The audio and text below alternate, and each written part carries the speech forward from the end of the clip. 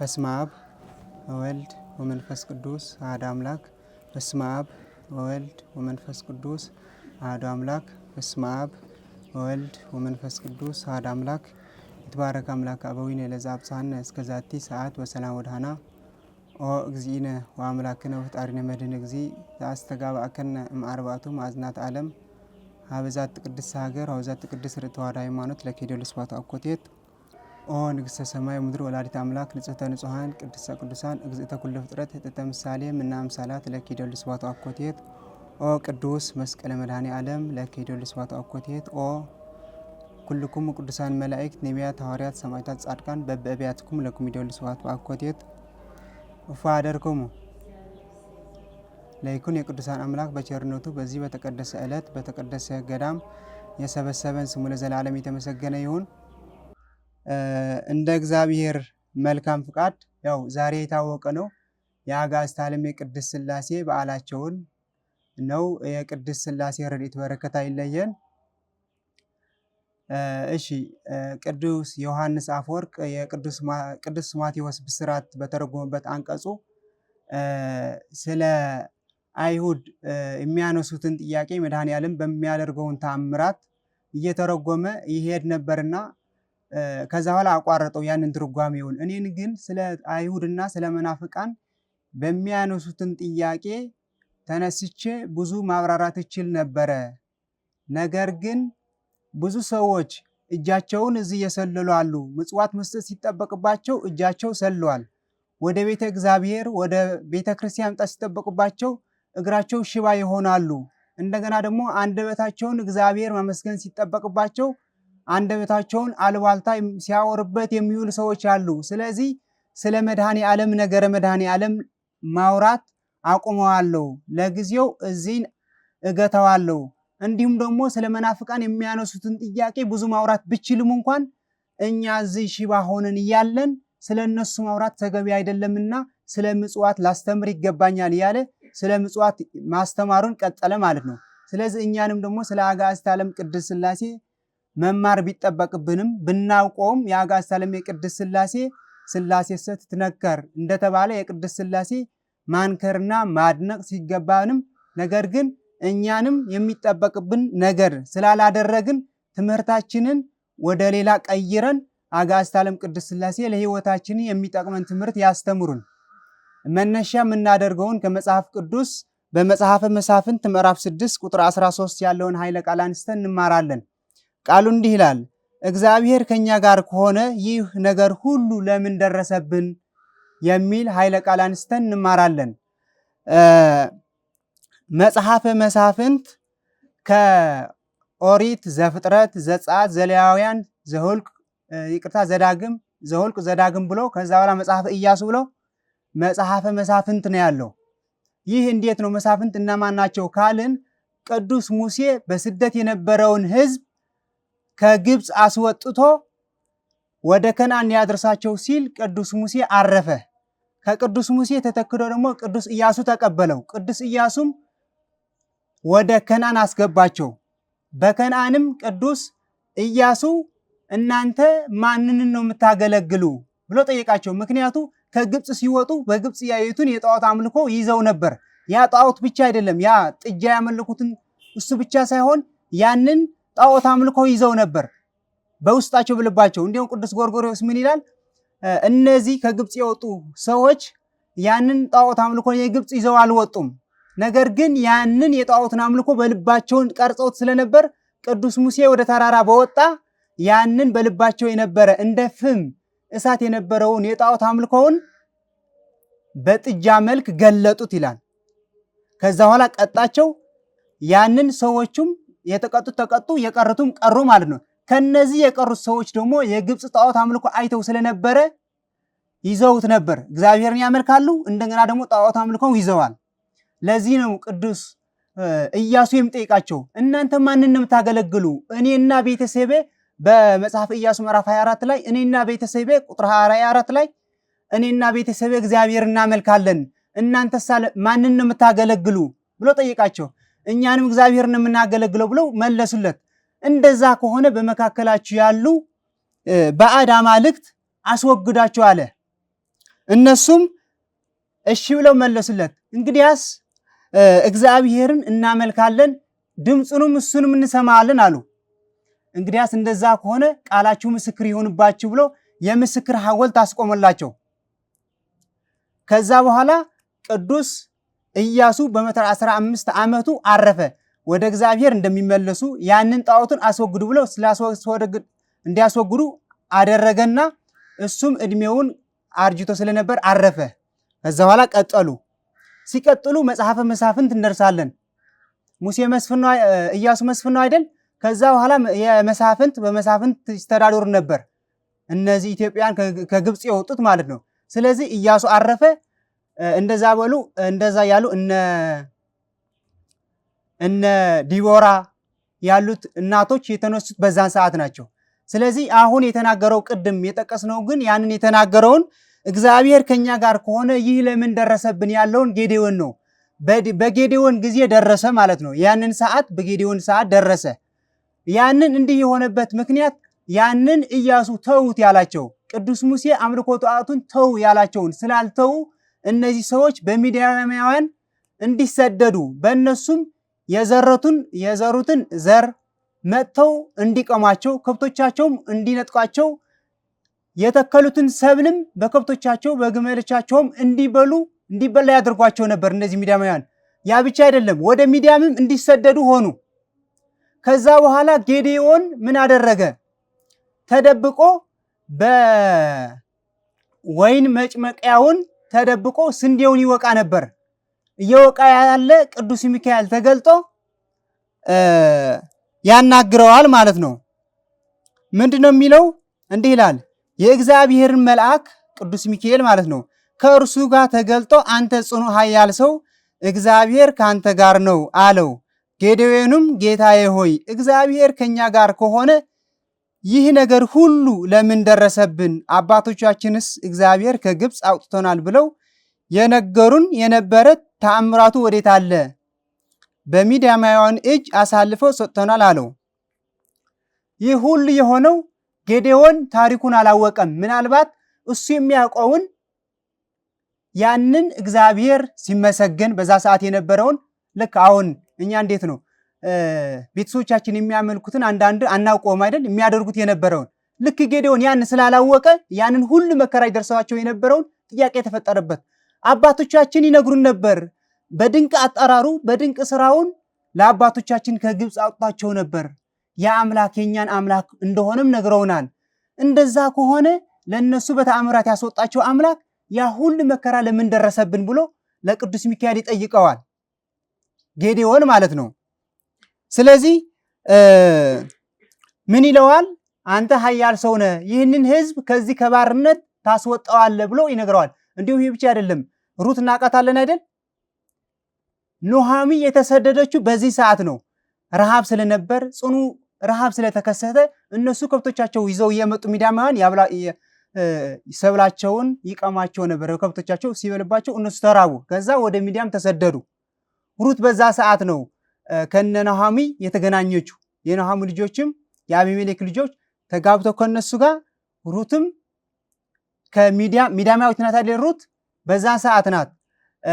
የሩት ልጆች ወይም ደግሞ የአቢሜሌክ ልጆች ሲሞቱ ሩት ደግሞ ያንኑ በመጽሐፈ መሳፍንት ያለው ታሪኩ በእርግጥ 7 ዓመት ነው። ሩት ግን ኑሃሚ ግን በሚዲያም የነበረችው 10 ዓመት ነው። ገና 3 ዓመት ቆይታለች በሚዲያም ላይ። እነ ጌዴዎን ድል ቢነሳቸውም እንኳን ሩት አልሰማችም ነበር። ከዛ በኋላ ኑሃሚም ሩትም አልሰሙም ነበር። ያንኑ ኑሃሚ ስትሰማ ህዝበ እግዚአብሔር እኮ እግዚአብሔር ህዝቡን ቸርነት አድርጎለታል፣ ጥጋብም ሆነዋል፣ ተመልሰዋል ሲባሉ እኔንም አለቻት ኑሃሚ ለሩት ማለቷ ነው። እኔን ወደ ሀገሬ ወደ ህዝቤ ይመለሳለሁ፣ አንቺ ግን ባልሽን ሞተዋል። ከሩት ብቻ ሳይሆን ከሷ ጋር የነበረችውን የልጇ ሚስት ማለት ነው። እናንተ ግን ተመለሱ፣ እኔን ወልጄ ለእናንተ የሚሆን አላደርስም። ስለዚህ ተመለሱ፣ እዚህም ኑሩ፣ በሀገራችሁ ኑሩ አለቻቸው። ያቺ አንዷን ተመለሰች። ሩት ግን አምላክሽ አምላኬ ነው፣ ሀገርሽ ሀገሬ ነው፣ ህዝብሽም ህዝቤ ነው፣ ከአንቺ አልለይም ብላ ከሩት ጋር ከኑኃሚ ጋር መጣች ማለት ነው። ስለዚህ እነዚህ ሰዎች በስደት የነበሩ በሚዲያም የነበሩ ሰዎች ናቸው። ታዲያ እንደዚህ ሆኖ እያለ ጌዴዎን ነው የሚጠይቀው ምን ያህል ችግር እንደደረሰባቸው ማለት ነው። ከዛ በኋላ ግን ቅዱስ ሚካኤል ምን አለው? መስዋዕት ስራ አለው። በአንተ እግዚአብሔር ድንቅ ነው የሚሰራውና ለእግዚአብሔር መሰዊያ ስራ አለው። ጌዴዎንም እንደተባለው መስዋዕት ሰራ። ቅዱስ ሚካኤል በበትሩ ነካው። ያንኑ ጌዴዎን ያቀረበውን መስዋዕት ነካለትና ያንን እሳቱን ወጣ፣ ከዛ በላለት። ከዛ በኋላ እግዚአብሔር ድንቅ ስራ እንደሚሰራ ጌዴዎንም ኃይል አገኘ ማለት ነው። ከዛ በኋላ ይቀጥላል ታሪኩ ማለት ነው። በመጽሐፈ መሳፍንት ምዕራፍ 6 ያለው ሙሉ ታሪኩን ነው የሚተርከው። ምዕራፍ 7ም ይገባል ማለት ነው። ታሪኩ እንዲህ ይላል ከቁጥር 25 ምዕራፍ 6 ያለው ማለት ነው። እግዚአብሔርም በዚያ ሌሊት የአባትህን በሬ 7 ዓመት የሆነውን ሁለተኛውን በሬ ውሰድ፣ የአባትህ የሆነውን የበዓል መሠዊያ አፍርስ፣ በእርሱም ዙሪያ ያለውን የማምለኪያ አጸድ ቁረጥ አለው። ይህ የተናገረው ያለው በሌሊት የተናገረው ያለው ቅዱስ እግዚአብሔር ነው። ለማን ነው? ለጌዴዎን ነው። ጌዴዎን ያላወቀውም በአባቱ ቤት ጣዖት አለ፣ በዓል የተባለውን ጣዖት አለ። ስለዚህ እሱን ገንጥላ አውጣ። ይህንን የደረሰባችሁ ይህን ሁሉ ስደት የመጣባችሁ ጣዖትን ስላመለካችሁ እኔንም ትጦርኛላችሁ፣ እንደገና ደግሞ ጣዖትን ታመልካላችሁ። ስለዚህ ያንን አውጡትና ኃይል ታገኛለህ፣ ከዚህ ስደትም ትወጣላችሁ ብሎ እየነገረው ነው ያለው ማለት ነው። ያንኑ ስላላወቀው ነው የሚነግረው እግዚአብሔር። ጌዴዎን ለምን ደረሰብን የሚለው ያንኑ መከራ ያንኑ ጣዖት ስለያዙ ናቸው። ግልጽ ነው። እሺ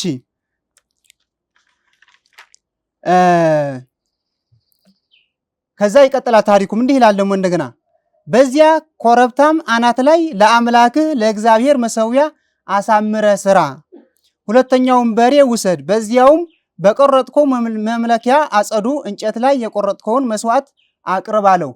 ቅዱስ እግዚአብሔር ወደ ተራራ ውጣና ይለዋል። ለጌዴዎን እያዘዘው ነው ያለው። ወደ ተራራ ውጣና እዛ መስዋዕት ስራ አለው። መጀመሪያ ግን ምንድን ነው ያለው? ያንን ጣዖትን ሰባብረው ነው ያለው። ጌዴዎን ግን በቀን ያኑ አለማድረግ ፈራ። እነዚህ ሕዝበ እግዚአብሔር የተባሉ እንደገና ደግሞ ጣዖትን የሚያመልኩ ፈራቸው። በቀን እንደዛ አለማድረግ ማለት ነው። ከዛ በኋላ 10,000 ሎሌዎች ከአባቱ ሰዎች ወስዶ በሌሊት ያንን ጣዖትን ሰባበረው። ከዛ በኋላ በቀን ያንኑ ጣዖትን እንደተሰባበረ የዛ የጌዴዎን ሕዝብ የሆኑ ሕዝበ እግዚአብሔር የሆኑ እንደገና ደግሞ ጣዖትን የሚያመልኩ አዩ። ማን እንደሆነ ጣዖትን ማን እንደሰበረው መረመሩ። ጌዴዎን እንደሰበረው አወቁ። ከዛ ወደ ኢዮአስ ሄደው ይህንን ጣዖትን የሰበረው ልጅ ነውና አምጣው እንግደለው ብለው ይነግሩታል ማለት ነው። እንግዲያስ እናንተ ስለማን ነው የምትከራከሩ? ስለ ጣዖቱ ነው የምትከራከሩ? እንግዲያ እንደዛ የምትከራከሩ ከሆነ ይህንን ማለዳ አትዩት፣ ሞታችሁ እደሩ አላቸው።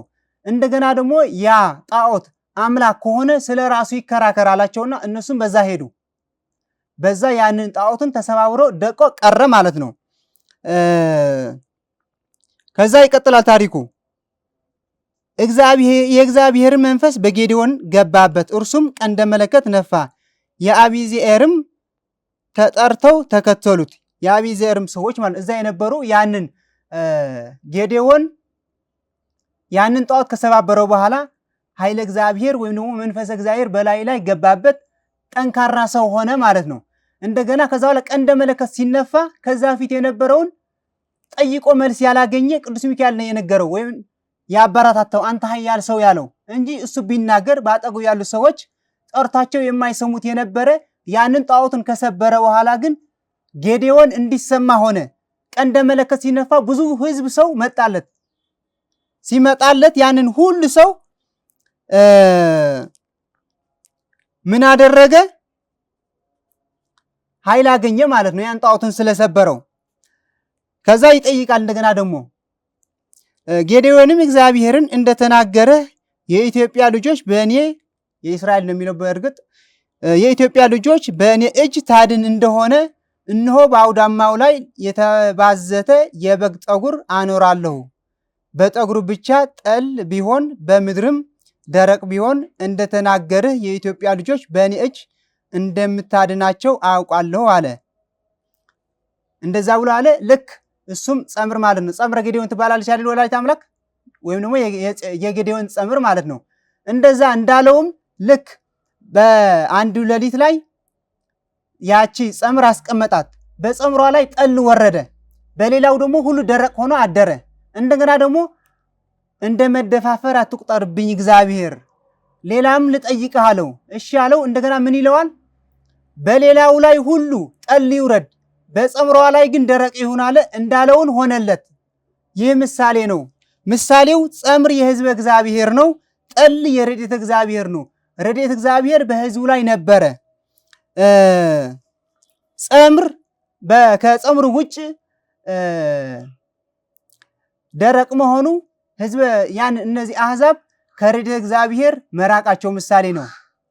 ይህ ደግሞ ፍጻሜው ግን ጸምር የድንግል ማርያም ምሳሌ ነው። ጠል ደግሞ የመድኃኔ ዓለም ምሳሌ ነው። ለዚህም ነው ቅዱስ ኤፍሬም በውዳሴ ማርያም ላይ እንዲህ ይላታል ድንግል ማርያምን ማርያም ድንግል ሙዳየ እፍረት ነቃ ፈልፈለ ማይ ሕይወት ፍሬ ከርሳ አድኃነ ኩሎ ዓለመ ወሳረ መርገመ ነው የሚለው። ይህ አንቺ ሙዳየ እፍረት ነሽ።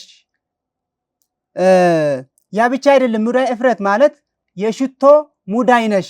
ያ የሽቶ ሙዳይ ብቻ ሳይሆን ደግሞ አንቺ ውሃ የፈለቀብሽ ለተጠሙትን ሁሉ ውሃ የሚያረካ ያን ውሃ የሚሰጥ የሚያረካ ከአንቺ የተወለደልን አንቺ ነሽ ብሏታል ማለት ነው። በዮሐንስ ብስራት ምዕራፍ 4 ቁጥር 14 ደግሞ እንዲህ ይላል፣ እኔ ከምሰጠው ውሃ የሚጠጣ ሁሉ ግን ለዘላለም አይጠማም አለ። ያንን ጠል ማን ነው? ስለዚህ መድኃኔ ዓለም ነው። ያንን ጠል ያስገኘች ደግሞ ማናት? እመብርሃን ናት። በእመብርሃን ላይ ነው ያንን ጠል ያወረደው አይደል? በሌላ ግን አልወረደም። ስለዚህ ያቺ ጠል ያስገኘች እመብርሃን ናት። በእመብርሃን ላይ ከእመብርሃን ላይ ተወልደ መድኃኔ ዓለም ለእኛንም እንዳንጠማ ለዘላለም በሕይወት እንድንኖር ያደረገን መድኃኔ ዓለም ነው ማለት ነው። ሁለተኛው ደግሞ በጸምሯ ላይ ጠል አልወረደም አይደል? መጀመሪያ በጸምሩ ላይ ጠል አልወረደም። ያንን በዛኛው የመውረዱ ያንን ጠሉ የመቅሰፍት ነው። ምክንያቱ እነዚህ አሕዛብ ለምሳሌ ቅድም እንደተረክነው ወይም ደግሞ እንደምናውቀው ግብፃውያን ምንድን ያደረጋቸው? እግዚአብሔር ቀሰፋቸው አይደል? በባህር አሰጠማቸው። ለዛ ለሕዝቡስ ጣዖትን ቢያመልኩትም ሕዝቤ ነው ብሎ አስወጣቸው አይደል? ይመለሳሉ ብሎ ተስፋ አድርጎ ለነ ፈርዖን በባህር ሲያሰጥማቸው ሕዝቡ ግን አስወጣቸው። ስለዚህ ያንኑ ጠሉ የሁለተኛው ማለት ነው። ጠሉ በዛኛው ከጸምር ውጭ የመውደቁ የመቅሰፍት ምሳሌ ነው። ሁለተኛው ደግሞ ጸምር የሕዝበ እግዚአብሔር ምሳሌ ነው። ደረቅ መሆኑ ደግሞ ያው እነሱ ከእግዚአብሔር ከረድኤተ እግዚአብሔር የመለየታቸው ምሳሌ ነው። ስለዚህ ያንን ፍጻሜውን ደግሞ ጸምር የድንግል ማርያም ምሳሌ ነው። ጠል የዘር የርካቢ ምሳሌ ነው። ያንን ጸምር ደረቅ መሆኑ እመብርሃንም ያለ ዘር አብእሲ ወልዳ መድኃኔ ዓለም እንዳስገኘች ምሳሌዋ ነው ማለት ነው። ቅዱስ ያሬድ ድንግል ማርያምን ሲያመሰግን እንዲህ ይላታል፣ ማርያም እሰ ተሐቱ ከመ ባሕሪ ጻዕዳ ውስተ ከርሱ ለአዳም ነው ይላታል። ማርያምስ ድንግል ማርያምስ እንደ ነጭ ዕንቁ በቅዱስ አዳም ወገብ ወይም ደግሞ ከርሱ ላይ እንደ ጻዕዳ ባህሪ እንደ ጻዕዳ ዕንቁ ሆና ታበራ ነበር ነው ያለው። ስለዚህ ያቺ ድንግል ማርያም ምንም በዘር በርኳቤ ሳይሆን በድንጽና እንደወለደችው ጥንተ ተአብሶ ሳይኖራት ድንግል ማርያም መድኃኔ ዓለም እንደወለደችው ቅዱስ ያሬድ ዘምሮላታል፣ አመሰግኗታል ማለት ነው። ይህ ብቻ አይደለም።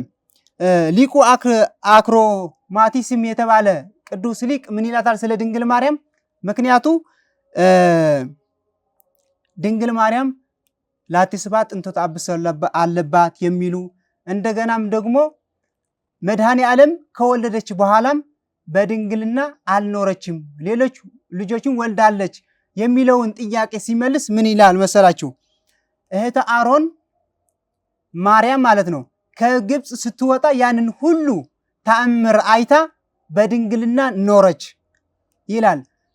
ድንግል ማርያም ግን የእህተ አሮን ሙሴ አምላኳ የማርያምን የእህተ ግልጽ ነው አይደል? የመብራን ሳይሆን የሙሴን እህቱን የእሷን አምላኳን በድንግልና ወለደችው። ታዲያ እህተ ሙሴ ማርያም ከመቅሰፍት ያን ሁሉ መቅሰፍት አይታ በድንግልና ከኖረች ድንግል ማርያም ታዲያ በህቱም ድንግልና ወልዳ እንዴት በድንግልና አትኖርም? እንዲህ ብላችሁ ስለምንድን ነው የምትዳፈሩ? ስለዚህ ድንግል ማርያም እህተ አሮን ሙሴ እንኳን የእህተ ሙሴ ማርያም እንኳን ያን ሁሉ መቅሰፍት አይታ ያንን ሁሉ ድንቅ ስራ አይታ በቅድስና በድንግልና ከኖረች እመብርሃንማ አምላከ አማልክት ንጉሠ ነገሥት የሆነውን አምላክ ወልዳ እንዴት በድንግልና አትኖርም ብሎ ይጠይቃል ማለት። ስለዚህ እመብርሃን ያንን ጠለ በረከት የሆነውን መድኃኔ ዓለም ያለ ዘር ያለ ርኳቤ የመውለዷ ምሳሌ ነው ማለት ነው። ግልጽ ነው። እሺ ከዛ በኋላ ጸምረ ጌዴዎን ናትና እመብርሃን ያቺ ጸምር ይዞ ጌዴዎን ተነሳ። ሲነሳ ቀንደ መለከት ነፋና 32,000 ህዝብ ተሰበሰበ። እግዚአብሔር ደግሞ ያንን ህዝብ ሊያስወጣ ነውና ከስደት ከሚዲያም ሊያስወጣቸው ነውና ይህ ሁሉ ህዝብ በስተዋልና ተመለሱ፣ የፈራውን ይመለስ ብለ አውጅ አለው። ጌዴዎንም ያን አዋጅ አወጀ።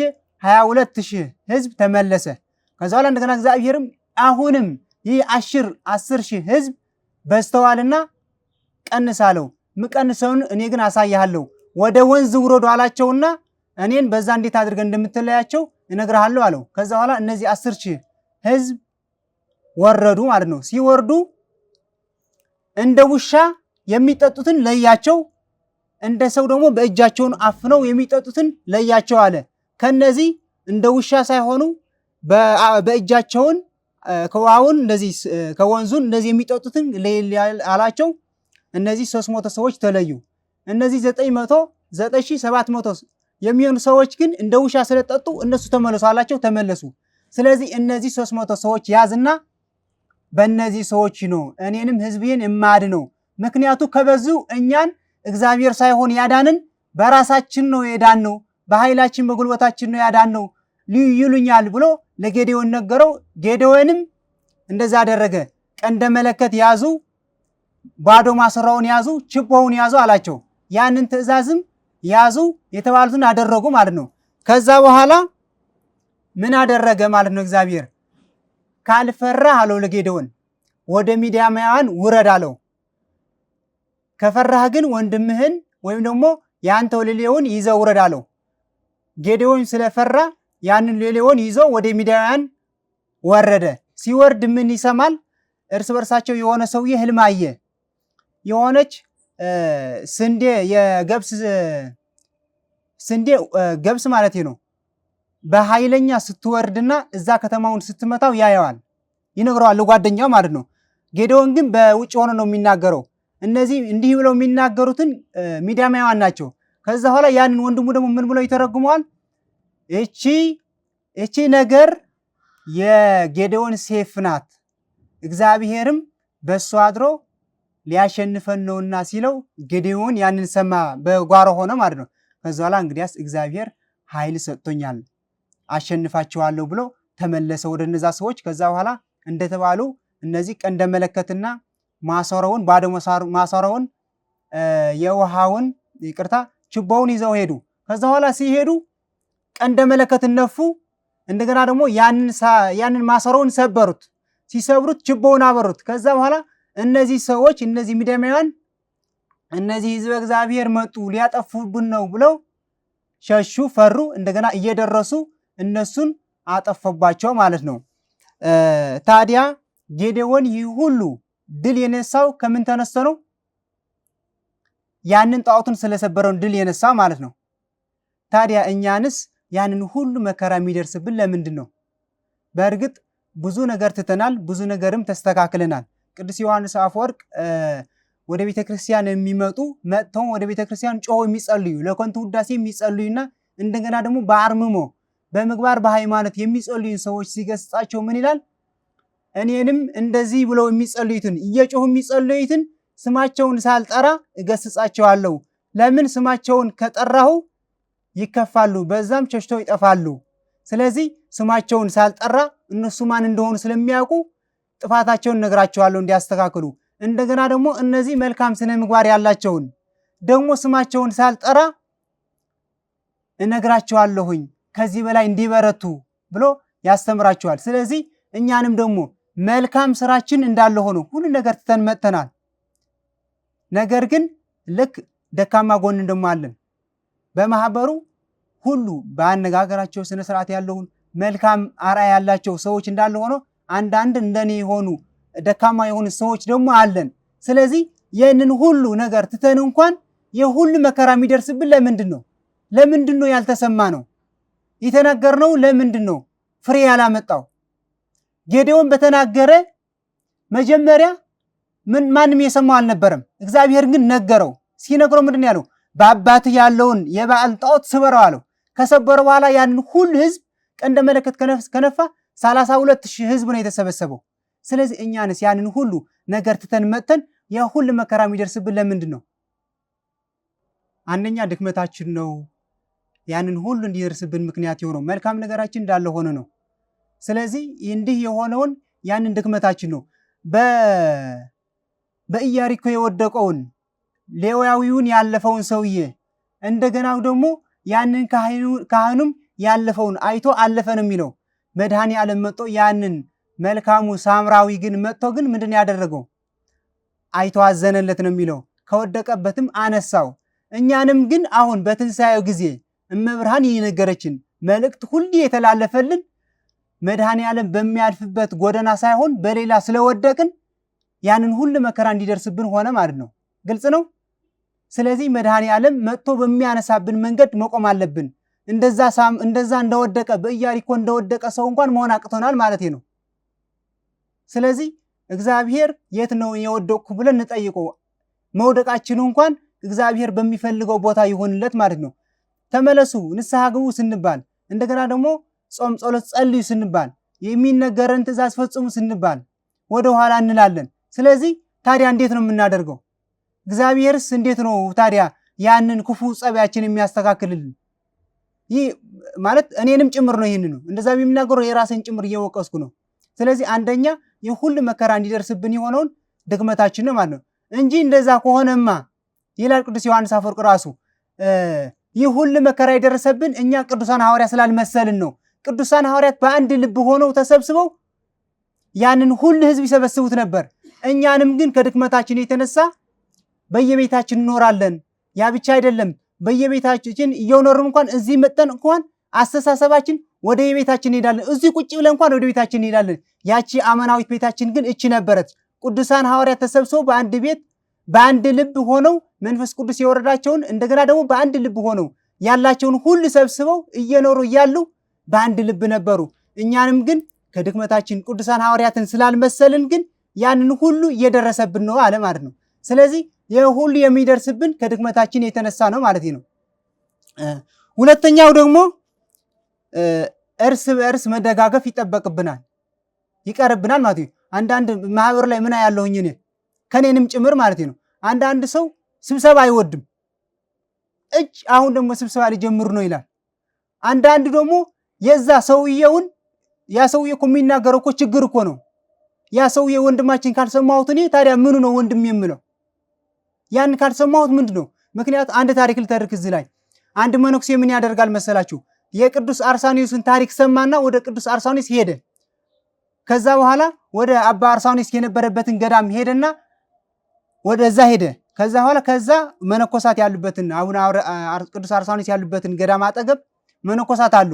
ከዛ በኋላ ይሄድና እኔ አባ አርሳኒዮስ ለማየት ነው የመጣው አላቸው።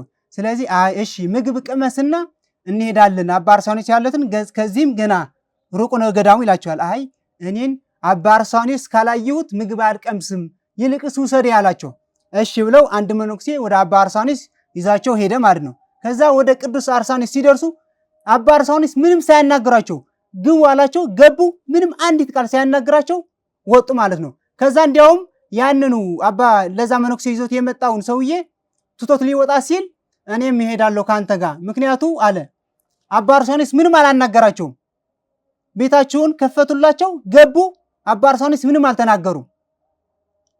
እንደውም ከዛ በፊት ቅዱስ አርሳኒዮስ ሲጠየቁ ለምንድን ነው ከኛ የማትነጋገረው ብለው ሲጠየቁ እኔንም ከእግዚአብሔር መነጋገር ነው የምመርጠው፣ ከእግዚአብሔር ጋር ከተነጋገርኩ ሁሌ ከእግዚአብሔር ጋር ነው የምኖረው።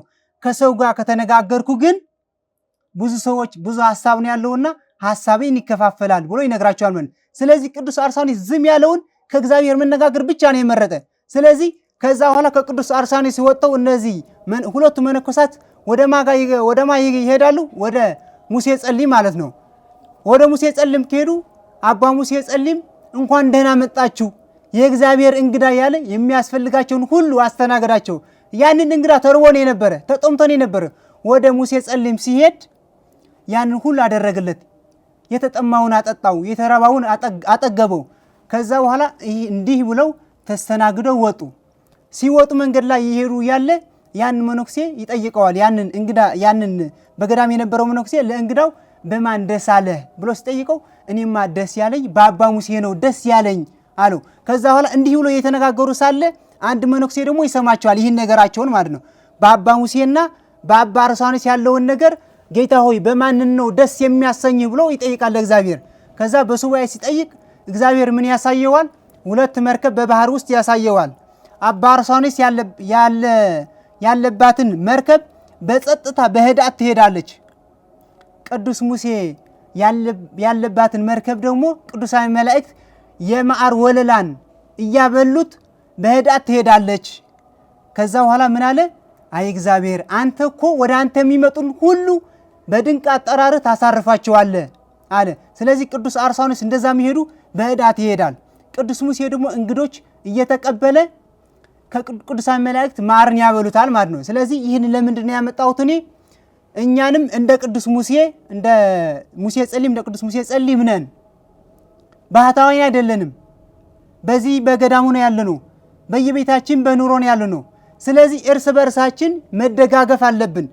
አይ ምን አገባኝ እኔ ብለን ከሄድን ምንም ለውጥ አይመጣን፣ ያ ሁሉ መከራ ይደርስብናል ማለት ነው። ግልጽ ነው እንጂ እነ ጻድቁ ተክለ ሃይማኖትማ ሰው ብቻ አይደለም አጋንንት እንኳን ወደ ሰዎች ወደ ሰው ለውጠዋል፣ ወደ ቅድስና በቅተዋል። እዚህ የጻድቁ ፄዋ ለጽድቅ የምንጠጣው የማን ጸበል ነው? የፄዋ ለጽድቅ እኮ ነው። አጋንንት የነበረ እኮ ነው ወደ ሰው የለወጠው። የማን ምግባር ትሩፋት ነው? የጻድቁ የተክለ ሃይማኖት ምግባር ትሩፋት ነው።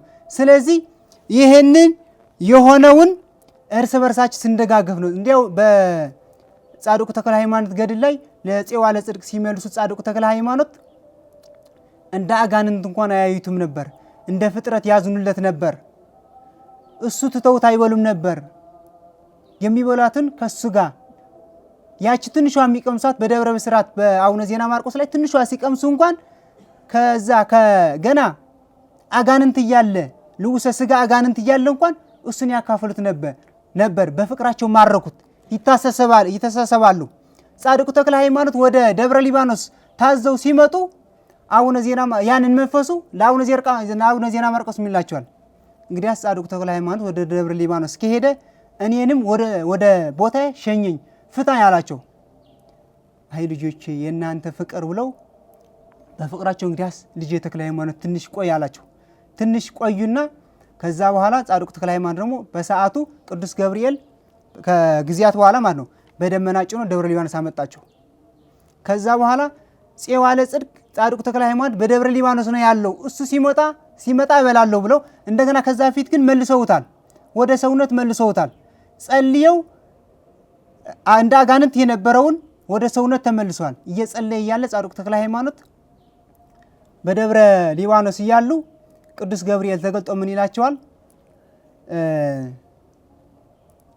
ወንድምህን እኮ እስካሁን ምግብ አልበላም፣ 30 ቀን ሙሉ ምግብ አልበላም።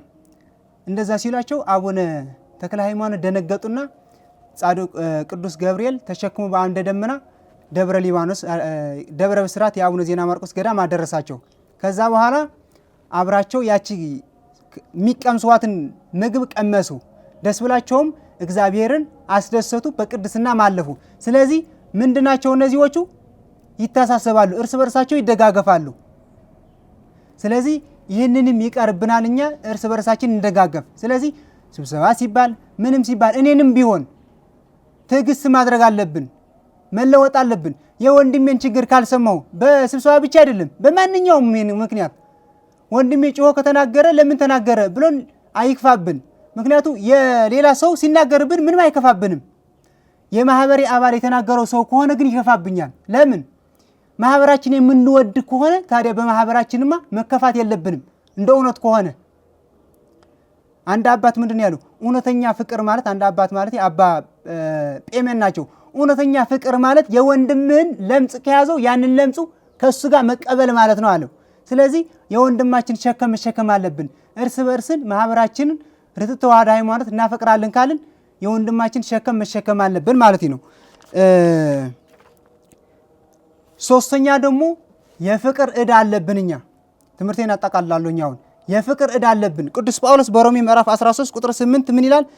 እርስ በርሳችሁ ከመዋደድ በቀር ለማንም ዕዳ አይኖርባችሁ ይላል ማለት ነው። ስለዚህ እርስ በርሳችን አለመዋደድ ስላልተዋደድን ዕዳ አለብን። ያንን ዕዳ ስላለብን ያንን ሁሉ መከራ እየደረሰብን ነው ማለት ነው። ቅዱስ ዮሐንስ አፈወርቅ ግን በገዳም በቆጵሮስ ገዳም የነበሩትን መነኮሳት ደብዳቤ ይልክላቸዋል። ከዛ በኋላ እነሱም ይልኩለታል። ያቺ ረጅም ደብዳቤን የላክላቸውና ቅዱስ ዮሐንስ አፈወርቅ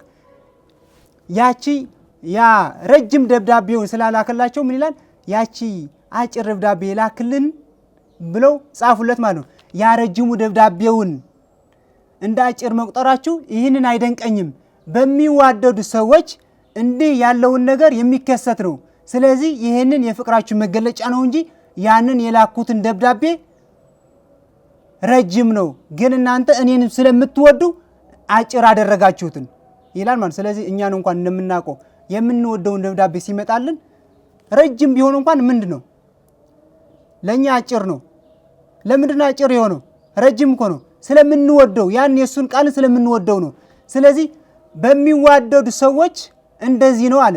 ስለዚህ እኛንም ደግሞ እርስ በእርስ አለመዋደዳችን ስለሚቀርብን ዕዳ ስላለብን እግዚአብሔር ያንን ሁሉ መከራ እንዲደርስብን ይሆናል ማለት ነው። መልካም ስራችን እንዳለ ሆኖ እንደገና ደግሞ የአውሬው ልጆች የሚያደርሱብን መከራ እንዳለ ሆነ ማለት ነው።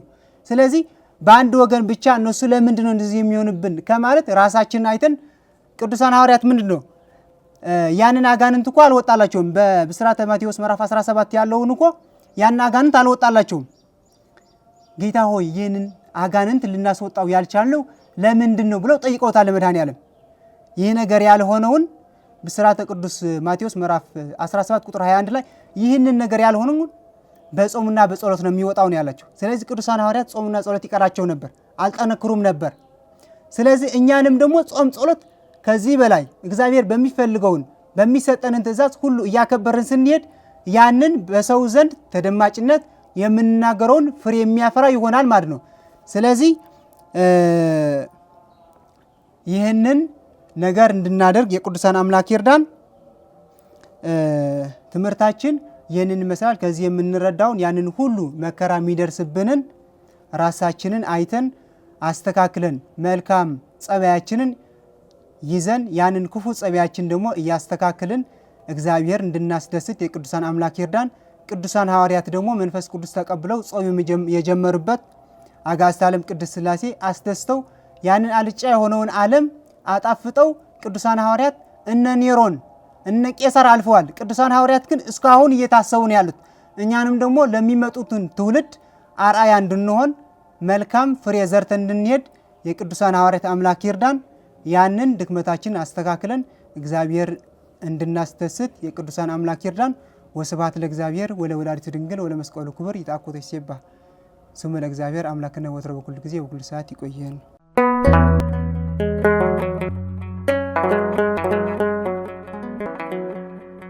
ዘኢትዮጵያ